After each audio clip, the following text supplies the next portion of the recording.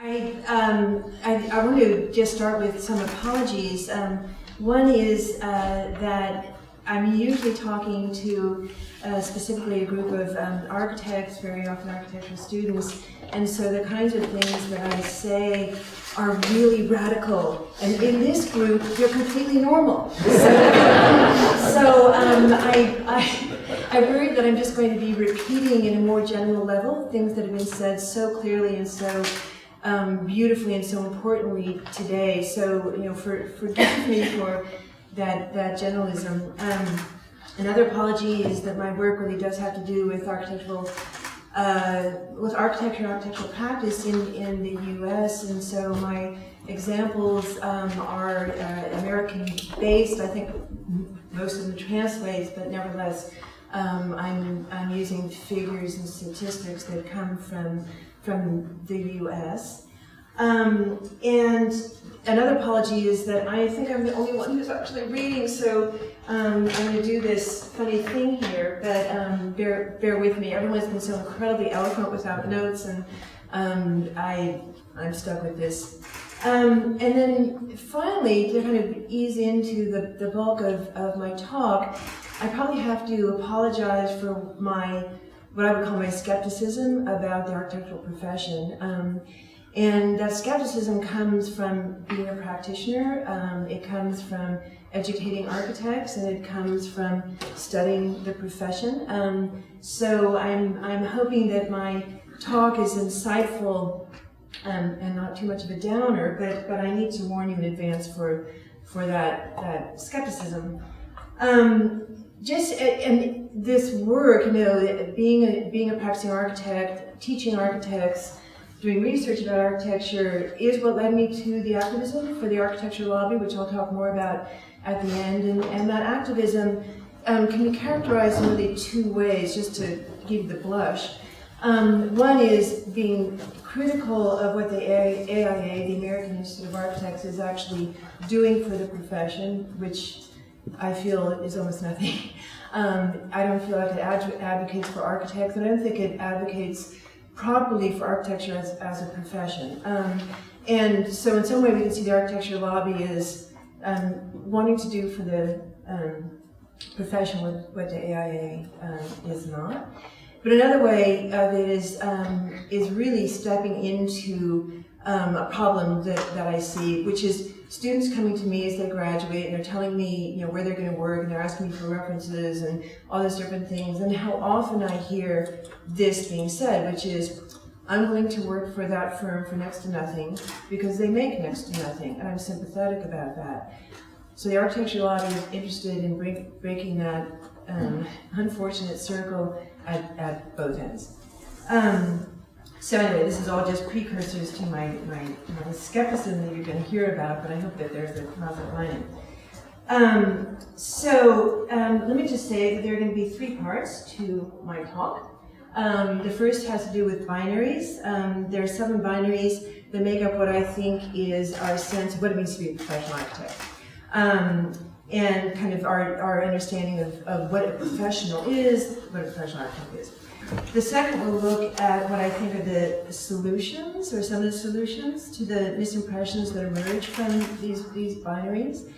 And the third will look at the project that an architecture lobby is conducting now, that in some way I think is, I'll call it a discussion about practices, but it really does have to do with the nature of practice in the office. So if the first two in some way are meta discussions about practice, this last one is really within the office and how the changing culture of an office could in some way, maybe from the ground up, rethink the professional architecture. So anyway, to start with the binaries.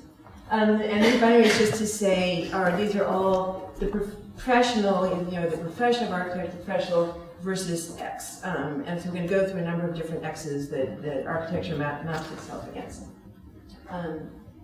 And so the first one is professionals versus experts. And so an expert, there's kind of one, the first thing, and generally I think this is what we all kind of think and know, which is an expert knows a lot about a little, and professionals know a little about a lot of things. And so that's I think one way that we think about this, and in some way this has maybe come up in discussion about the T professional, although not completely. But I actually am more interested in this definition, which I think is helpful for us. And it's one that we tend not to think about, which is that an expert knows all the answers and all the right questions. Professional knows the right questions to ask. So I'm going to want to keep this in mind. I'll come back to this. So another is professionals versus amateurs. Again, an amateur is a person who engages in a pursuit, especially a sport. We don't need to talk about that on an unpaid basis. And then the opposite is obviously the professional gets paid. Now, this is obvious in some way, but I also want to sit on this one for a little bit because I tend to think we don't think about that paid part of the professional quite enough. Just to say, one of the things that, again, my activist work is trying to address is this other example that I have besides that student who will work for nothing because they're going to work for a place that makes nothing. Was being at a conference. This was at the Building Museum in Washington, D.C. It was a panel of women architects, and the thrust was women architects. And at the end of the talk, somebody from the audience, a young woman, raised her hand and said, "What can I expect from a career in architecture?" And one of the panelists, a good friend, a smart woman, says, "Architecture is not a career, it's a calling." And so I was sitting there thinking, it's like, oh, okay, please don't pay me, because the less you pay me, the harder I will feel. Which I would just say is a bit of, let's call it capitalist ideology, not unlike what it did to religion, which is to say it's easier for a camel to go through the eye of a needle than for a rich man to go to heaven. I think we need to be reminded about that side of it. But it's also a reminder in some way, and let me just go to this, another definition between professional and amateur, is that in some way being a professional means that you're not waiting for inspiration, you're not just thinking about what's creative, you're not just waiting for the project to come along, but you're working. You show up, you work. And in some way, I'll come back to this when we talk about a kind of profession or a kind of work that isn't project-based, which I think is important. But it also is a way of talking about architecture as not characterized around creativity. Creativity is absolutely, unbelievably important, but creativity is not the lightning coming on at a particular moment. So. Okay, so then the third binary, professions versus business. This is just a definition about businessmen. We all know that architects are poor business people, and we kind of laugh at our innocence about this, and secretly feeling satisfied that instead of caring about money, we care about more important things. But more than this, we think that we professionals are conceptually, and I would say legally, different from businessmen. But the difference is not so clear. In the prior century, there was indeed a legal and economic distinction between what was called the learned professions and businesses. The learned professions were understood to have an ethical responsibility to society that spared them from operating at the mercy of the market. As the U.S. courts first ruled, professions are distinct from trades. Fee schedules, considered anti-competitive and illegal in the trades, were originally, then, allowed in the professions. Professional standards of ethics saw fee schedules as a guarantee that firms were hired based on quality and kind of work and not on price. But that protection from fee-based competition has completely eroded. Particularly in the 1970s, the Department of Justice and the Federal Trade Commission, which are the two agencies that regulate antitrust regulation in the U.S., have gone after the professions to ensure that there are no fee schedules, no wage setting, no agreements to boycott unfair invitations to work, no hindrances to architects stealing jobs from one another. And there are similar antitrust laws here, so it's not just a U.S. issue. This is a hallmark of anti-protectionist, pro-free market neoliberalism that came in with Nixon and Reagan in the U.S. and Thatcher in the UK, which is to say this is not God-given. This is part of the economic trend, or the trend of the trend. This is just the Department of Justice setting up. So anyway, in architecture, the AIA in the U.S. has been issued 2 anti-trust consent decrees, 72 and 90, in both cases for proposing fee schedules. The first led to the AIA's getting rid of its code of ethics altogether, and the second, after ethics kind of snuck back in there, the second one meant that those ethics were then ruled back again. The AIA was fined $50,000, and there was a requirement from the Department of Justice that at every single AIA meeting, whether this was city AIA, regional AIA, national AIA, every single AIA meeting had to start with a 15-minute video made by the Department of Justice on antitrust laws. And they had to do that for 10 years. So this just I say this partly because when I met with the CEO of the AIA to really kind of probe about its infectuality in some way, all they talked about was the consent decrees, which is that they are afraid of having any discussion about fees or wages whatsoever because they're going to be issued another consent decree. So they're totally intimidated about this. And part of my work is really how much the field of architecture is overly intimidated about antitrust laws in the way that law and medicine are not. So it's not incidental when we talk about antitrust making ineffectual professional organization.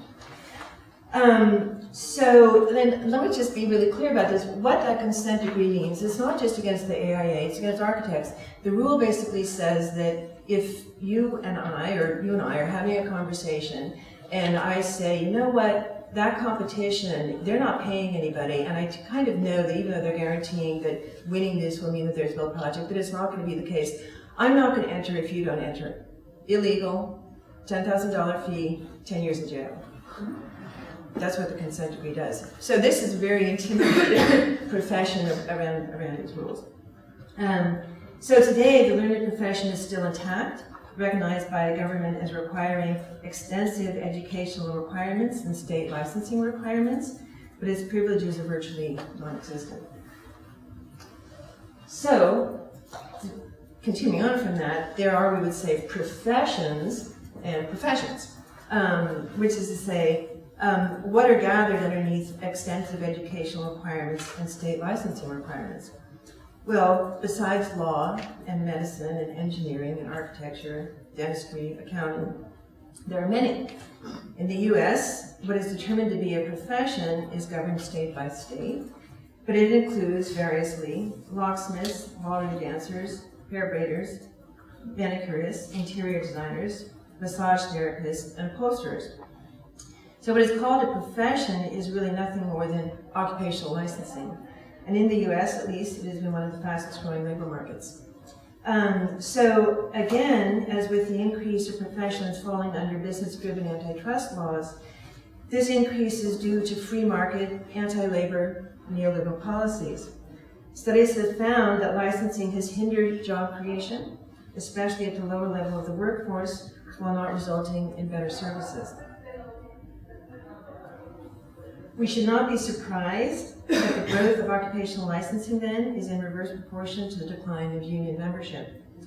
By 2008, so you can see all that, by 2008, occupational licensing in the US grew by 30% of the workforce, up from below 5% in the 1950s.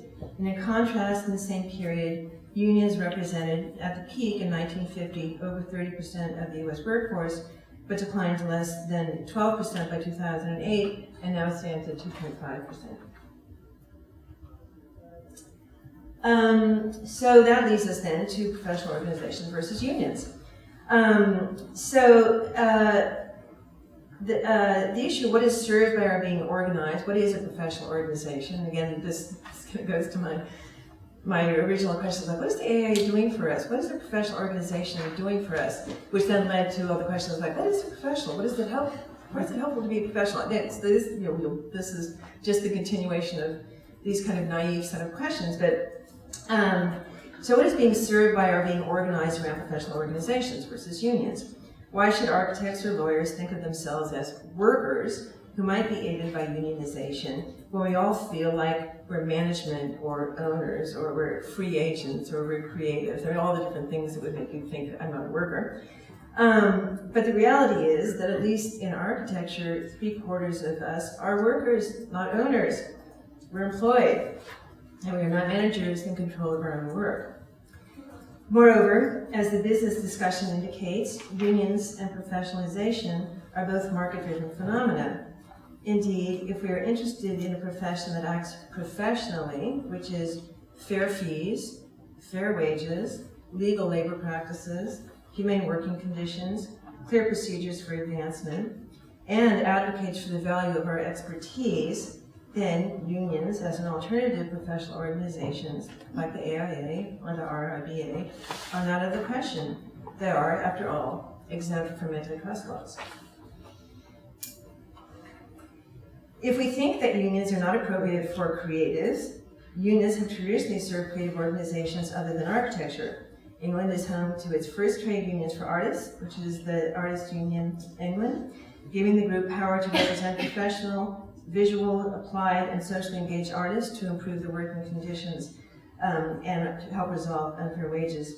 In the US, there are multiple ones: the Screen Actors Guild, the Writers Guild of America, the Journalists Union. They're all over the place. So we shouldn't think about unions as something that doesn't help facilitate creative work. I can go on to what kind of modern unions are doing around the flexibility that is particularly responsive to both professionals and creative work, but I won't go into that. And there are, just by the way, examples of unions in architecture per se, not just the creatives. In the U.S. during the Great Depression and World War II, there was a Federation of Architects, Engineers, Chemists, and Technicians that fought the AIA's complacency over what the government would then, with the new labor laws during the Great Depression, set a certain standard that was 40 cents an hour for all work, minimum wage. And the AIA had agreed that there could be just a flat fee for architects, which was 50 cents an hour. And so FACET was actually brought into being to protest the complacency of the AIA in terms of arguing for fees. But it went on then to do other things. It opened an affordable school for architects. It persuaded the government to build needed affordable housing, and it argued against seemingly war-justified wage freezes. In the UK, the Association of Architects, Surveyors, and Technical Assistants, ASTA, during approximately the same period, was a union for salaried men who argued that the RIBA failed to represent those working for the government, caring only for their private firm owners and their vertical structures that subordinated the draftsmen, disdained the construction industry, sanctioned unaffordable professional education, and thrived on competing egos.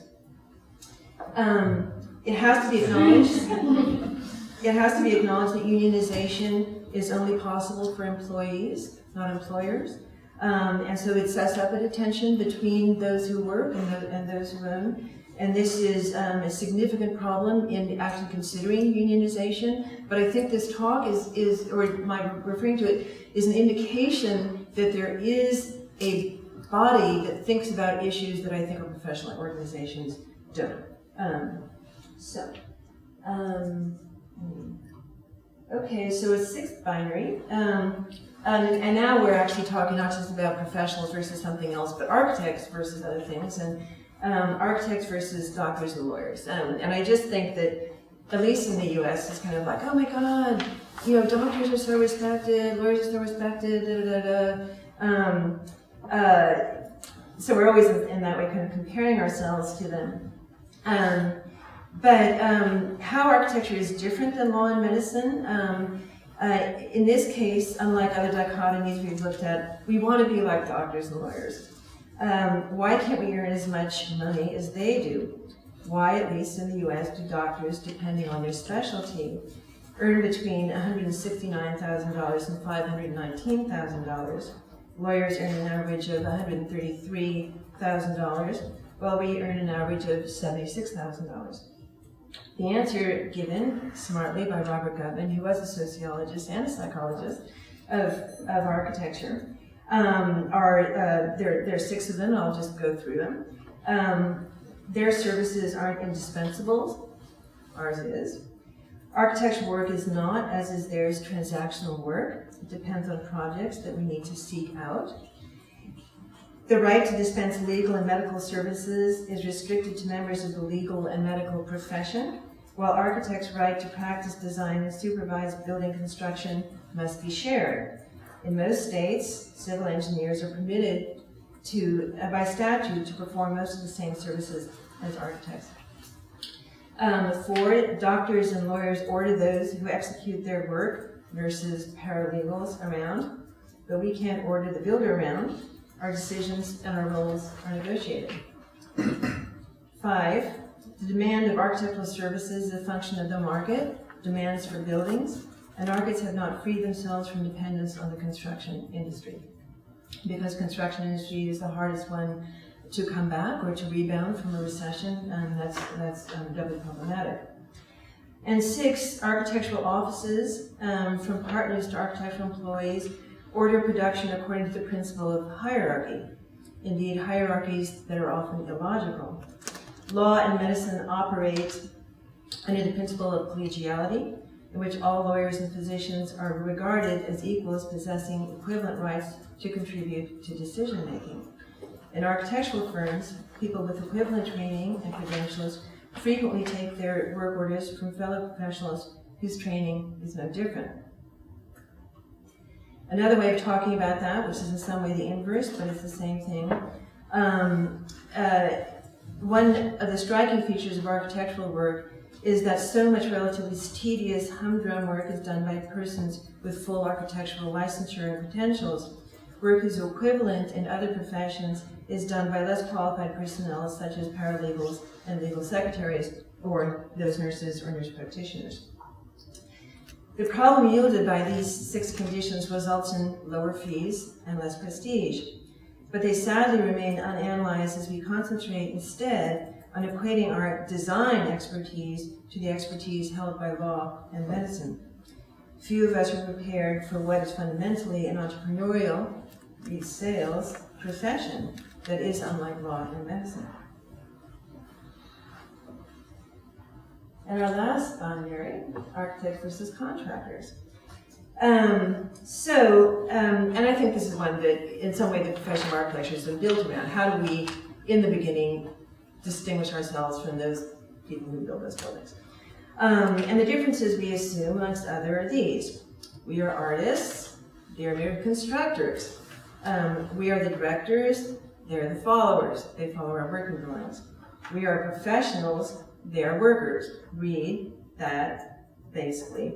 We are managers, they are labor, or probably more specifically, we are white collar, they are blue collar. These are all, I believe, highly problematic assumptions that should be replaced by a more productive one, which I would say is we are immaterial workers and constructors are material workers. I have a whole lecture based on the significance of this distinction, but I will just say that I want to identify 3 that are important, which is to say that both are workers. Both are workers. Until we understand ourselves as workers, we're not going to enter into the marketplace. I would say until we understand ourselves as workers, we don't understand how work plays into the economy, and we certainly then understand how architecture plays into the larger economy. The second is that these differences and expertise are not hierarchical, but complementary. And the final one is that we, as architects, do not, I would say, actually produce buildings. We don't go out there with the hammer and whatever, even though I think we congratulate ourselves on our material expertise, on our ability to detail, on showing up at the site. I think we take false credit for actually being both in some way, even though we disdain socially and politically I guess professionally the idea that we are actually builders. These, I should just say that in some way, all of these binaries, which I think are for the majority of them, are problematic, and I'll come back to others that are not. I think are issues of class, which we as architects will never, ever talk about, is considered crude and socially unacceptable. But I do think that our inability to talk about this is behind a lot of our resistance to enter into the conversations that we're having today. And we need to get over that. And part of that is having to do with this strong feeling that we are the same class of our patrons, and anything that we might do to indicate that we're not is a problem. So we're identifying with that class. We're clearly not identifying with the blue collar class. But I think we're also trying very, very hard not to identify with a class. Entrepreneurialism has now been given a better word, but if we call it sales, we're so certain that we're not part of that. And our resistance is a problem. So this is the second part of my talk. It will not be as long as this first part, but I'm calling these bypasses, ways that I see that we can bypass these obstacles. For me, there are basically two kinds of bypasses. One have to do with things that are external to the building industry, and then there are things that are internal to the building industry. I identify this partly in relationship to what I was saying by one of the problems that Robert Gutman had identified that characterizes architecture versus law and medicine is our inability to disengage ourselves from the building industry and its own economic volatility. So the external are things that I would say address our ability to not be attached to that economy, and others have to do with being more attached to that economy. So here, external, we can really just basically call that research and development. It's research, and this is certainly the topic that has been on everyone's mind of what is research. Research and development is maybe slightly more specific than that, in as much as it implies putting some money behind the development and not just going off to a library. I'm going to look at three different practices that I think are models of this. Some of them have a separate body, a separate organization that sits besides their normal client-driven practices. Some are exclusively R&D. But anyway, Kieran Timberlake.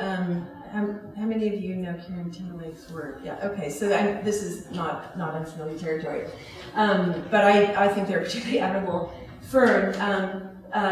Partly because of partly because of their research and development arm, but also the fact that they've really been able to negotiate very, very different kinds of contracts and get much higher fees because they can look at the research and development that they're doing and tell their clients, we don't just deliver a building. We develop all the knowledge and the expertise and the innovation that will make the building that we deliver perform differently, behave differently, look different, be more responsive. So part of that is material research that they do. Part of it are the apps that they're developing. One is Tally, which is an app that allows you to measure the carbon footprint of all the materials that you're even thinking about using. So it's well in advance of decisions that you're making. It all happens in the design period. And then they're developing the mechanism to do building post-occupancy measurements, so that one can actually say that build up the data, so when you get new clients, they can say this building is not only better in terms of carbon footprint, in terms of the materials that we're using, but it will behave over 10 years more efficiently than others. Until we have that data, it's hard to say that, and so they're very, very committed to building up that data. And then another one, this is an older project of theirs, but I think it's interesting, the Mob Lolling House, which is a prefabricated system.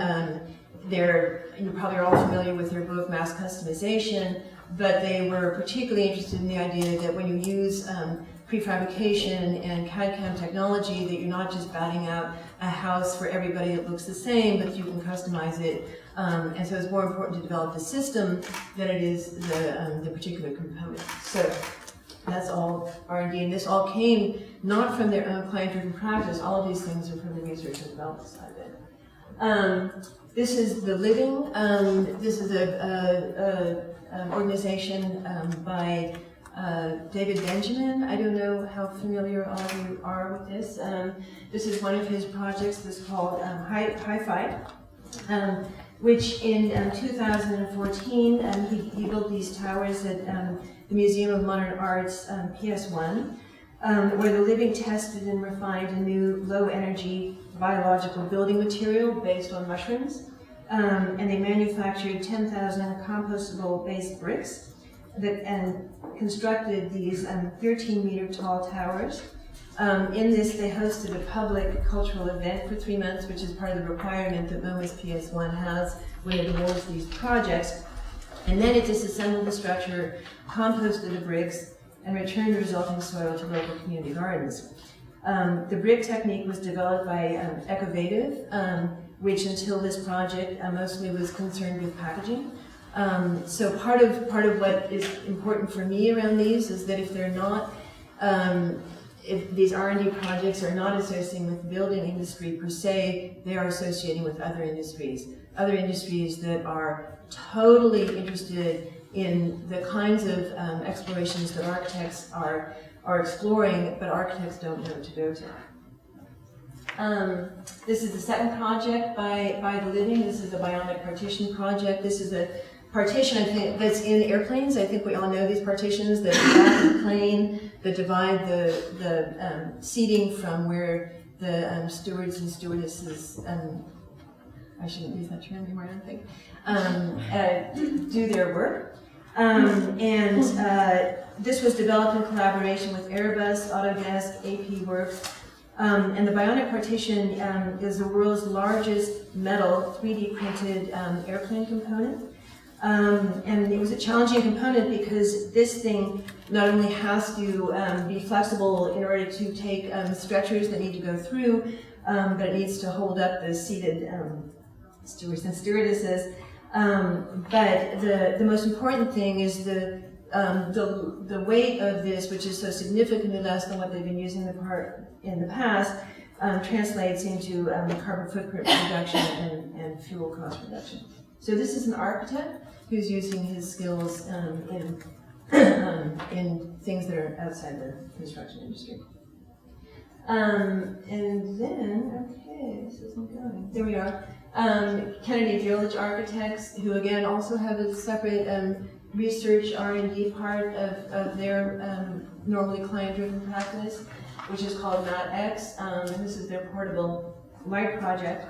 In the year 2000, Kennedy Village established MatX, which is material research that is supposed to engage design, electronics, architecture, material science, and working collaboratively with DuPont, Siemens, Osram, Henry Miller, and other public agencies, which is to say the city of Porto in Portugal and Germany, and the United States Department of Energy. They advanced the Portable Light Project, which is a nonprofit global initiative that enables people in the developing world to create and own portable energy harvesting solar textile kits. So we can't really see it, but here is part of that kit, and here it is that they're selling it. But it basically brings light to areas where they have no electricity and allows the harvested LED lights to provide light. So internal, and this is partly what we've been talking about all day, and so I probably can rush through this. And the internal is collapsing the gap between the intention of design or architecture and the construction industry. I'm going to show you different things here, but a lot of my interest in this comes from my work with Paolo Tombesi, who I think some of you are very familiar with, but part of it is certainly a kind of collaboration with building industries that particularly changes the notion of design. And what do we mean by design? a problem-defining, problem-solving, information structuring activity that on the basis of understood goals, conditions, and rules defines a specific course of action. But it also, and these are the things you'll be familiar with. This is a diagram that's made by shop architects. There are many such diagrams. I'm going to be showing others of this, but it shows the kind of traditional division between client, architect, and the contractors, each of them hiring their own consultants, everyone's siloed, blah, blah, blah.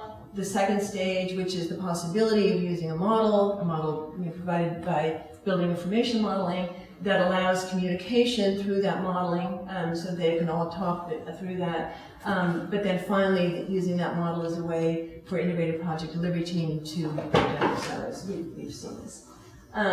This is another one. This is from Paolo Tombesi, where the building design is seen again as central as a system of a number of expertise. And again, I want to be sure that you think of this as all of these are designers. All of these are designers who have different areas of expertise that contribute at different moments and at different times to what is basically the building design, such that we move from the design of the building to the design of the project. That is what design is about. And then this is just another example of how we can think about a different definition of not just design, but of designers. One of the things that's so interesting for me, and it's partly what got me onto this work, that came up with CAD development and digital innovations, is that the fabricator who used to be the subcontractor, who was way down at the end of the chain, who the architect didn't even know, with some sub way down there, actually moves up to the front of the design process. And necessarily because of the material and performance needs, really mixes up what had been a not just hierarchical, but very linearly divided set of design. So this is just a project that by trained architects, where I'm kind of showing how the digital fabrication and the kind of shop was so central to what in the end was basically fairly formally innovative architecture. And none of this could have been done by the architect, by him or herself.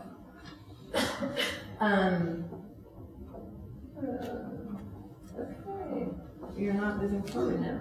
Okay, so this just maybe said everyone is a designer. This is my favorite picture of all time. I feel like I could just my lecture could be about this, which is, this is every single person involved in the design of Federation Square in Melbourne. Every single person. So this is the plumber, this is the electrician, this is the secretary in the office, these are the staff, this is the owner, these are the contractors, this is everybody. And it's just so amazing to kind of think about this as the real result, and I would say kind of renaming that comes with true collaboration. But part of this also then is a way of the necessity to rethink the kinds of contracts that we do. Again, I think we've referred to this, and this really comes very much from the work that I'm doing with Phil Bernstein, who's a collaborator of mine, both in building in academia and building in the future. But the need to share risks and rewards and develop the kinds of contracts that allow us to share the risks and rewards. The special purpose entity is probably the most radical extreme form of this, where you actually put a set of money into the pot, and all of you work together to determine what the goals are, what the time frame is, what the outcomes are, and then you actually, when those outcomes are met, you share the monetary reward. And I will just put this down here. I won't go into this, but I think it's an interesting topic. We're talking about ways of bypassing the problems that I see in terms of the architectural profession. Deprofessionalization is certainly one. It's come up marginally here about how it is we might get rid of the name of the architect. All of the problems that I see by calling ourselves architects and seeing ourselves as special, elitist, divorced, only creative, even defined by Starchitect, which I can't even stand that we equate design with Starchitects. Deprofessionalization takes care of that in 1 second. Takes care of that in 1 second. And we could talk about how, and it has been talked about before, how it is that we guarantee responsibility and criteria of expertise, but it doesn't have to come with professional organization. Okay, so my last bit, and again, I'll be fast here, this won't take long, with practices. I'm really just going to talk a bit about a project that the Architecture Lobby is working on. We're going to be launching this on May 3rd. It's taken about, I don't know, 9 months for us to work on this, and it's called Just Design. And let me just back up a tiny bit to say something about the Architecture Lobby. You heard me describe it in terms of what brought me to the activism, that the Architecture Lobby is an organization of architectural workers advocating for the value of architecture in the general public and for architectural work within the discipline, which is to say the public has to understand what we do and value it more, but we also have to understand the value of work within the profession itself. These are our demands. We have a manifesto for your precarious workers. These are our demands. I don't need to go through all this. You can go to our website if you want to see it, but in some way it's a lot of the things that I've been talking about, which have to do with conceptual changes, has to do with economic changes, it has to do with the redefinition of what the profession is. But I want to just really bring your attention to the Just Design project. And again, as I was saying in the beginning, when I wanted to just end with this part of it, if the talk until now has really been at the level of the profession and what we can do about that, my feeling is that we also need to be talking about the nature of our work, what it is that we do in the offices, what is the culture in an office, which I think is hugely problematic right now. And I think it's problematic because if we actually don't have a good work environment, we shouldn't be surprised that really, really, really smart people are leaving the profession. And so I've been really interested today, and all the people who spoke up here is like, I was trained as an architect and I got out of here. Got out of here because the work wasn't interesting, but also they're probably not getting paid, and they're also being their expertise was in no way understood or respected or valued.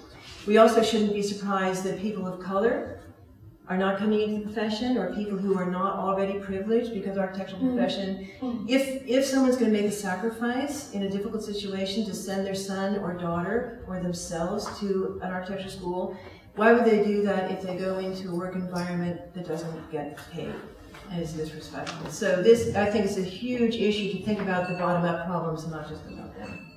Anyway, here we are. The idea of the Just Design is that we give a certificate to firms that are models of built office culture, which is to say fair labor, family-friendly practices. I'll go through these. And the idea of this actually came to me when I was in the school the law school at Yale University. For some reason, there was an architecture lecture in the law school, and I was going down the hall on the way to the lecture, and there in the corridor was a list that said top 10 family-friendly law firms. And I was like, why would you never, ever see this in an architecture school? Do we not care? Would students not know that this is something that they should think about? And why in law would they know that this was an important thing? And I found out later that the law firms that are on this list and ranked on this list fall over themselves backwards to get on this list because they want the best and the brightest. They want the best and the brightest, and the best and the brightest won't go to a place that doesn't have family-friendly law firms behaviors. So this really set me going. This is another thing that really set me going. So in some way, the lobby wanted to do something similar. We couldn't actually do a formal ranking because the data that the women in the law school, because it is run by the women law students, the data that they were able to get really could be quantifiable in a way that we just don't have the data in architecture. Hence, what we're giving is is a certification. It's not a ranking that would require more specific data. And we also are giving the certification that goes beyond just family friendly to other conditions that affect the nature of work in the firms. It's a two-stage process. The first stage is we send out a questionnaire to employees that in some ways a nomination process, but in that nomination process they're asked a set of questions around certain criteria that really let them know that we're talking about something other than they buy me lunch, or they give me taxi money to go home when I stay till midnight, or they're really friendly and say hi when I wake up. That there are really very, very specific things that would really make someone a model for good practices. Based on that, nomination questionnaires, the stage 2 is then going to the firms themselves and asking them about their policies to see whether they match up with what has been said, and then certification is given. So these are the sections of the questionnaire. The section 1 is family friendly. We don't need to go through all this, but you can kind of glance at all of these. So family friendly, fair pay, say fair pay. And a lot of this is to make people conscious of the fact that if they're working 80-hour weeks and they're getting a $40,000 salary, they're getting paid less than $50 an hour, which is what my daughter got as a babysitter 10 years ago. So, Section 3, legal labor practices, which is to say that they need to know the law. There are legal labor practices. I still get questions from someone like, aren't the legal labor practices, aren't they different for big firms than small firms? No, they're not. Somehow it seems like if you work for a boutique firm, it's totally okay to not pay overtime or those kinds of things. So there are legal labor practices. Gender and ethnic diversity, which is important and hugely problematic. Transparency, which is how much do you actually know about what your firm's policies are around pay or advancement. I think most of us work in a culture where we're all kind of mystified about how people certainly don't know what everyone else is being paid. So the women kind of find out eventually they're getting paid less than the men, and certainly no understanding about how advancement is done. And then finally, agency, which is how much in the firm do you feel that your own agendas are contributing to or acknowledged by the firm in general. So those are the 6 criteria. This is what we're doing. I think it's for someone who is skeptical about the profession. I'm also hopeful that those really coming up into the profession are more savvy than certainly I was. A lot of these negative things that I'm describing as a firm owner, I was there. As an employee, totally willing. So I know it from the ground. But I do think we have a generation that's going to be different around this. And so I just want to come back and by way of conclusion to that first dichotomy in the second one, which is an expert knows all the answers if you ask the right questions, the professional knows the right questions to ask. I'm hoping that what this talk is in some way to set out a set of questions, but I have to say, just from today, and if tomorrow is like today, it also is very, very much what this symposium is doing, and I'm so pleased to be a part of that set of questions. So,